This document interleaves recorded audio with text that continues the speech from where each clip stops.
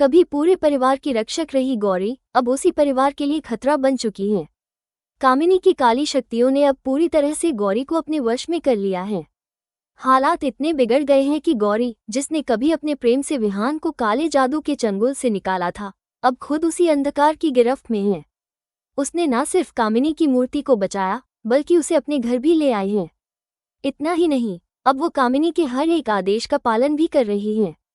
विहान, जो कभी गौरी का सबसे बड़ा सहारा था, अब उसी को बचाने की कोशिश में लगा है। उसने प्रथम वंशियों द्वारा बताई गई उस रहस्यमयी जगह पर जाकर कामिनी की मूर्ति को ढूंढने की बहुत कोशिश की।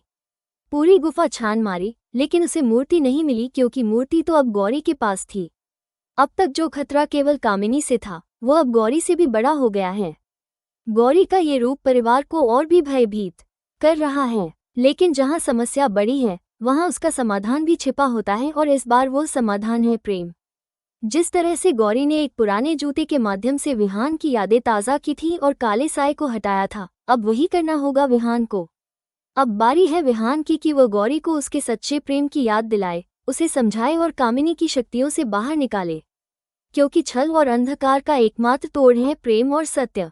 इस पूरी घटना के बाद गौरी को अपनी असली शक्तियों का भी एहसास होगा और अपने जीवन के असली उद्देश्य का भी। साथ ही वो विहान से सच्चा प्रेम करने लगेगी और यही से एक नई दुविधा जन्म लेगी।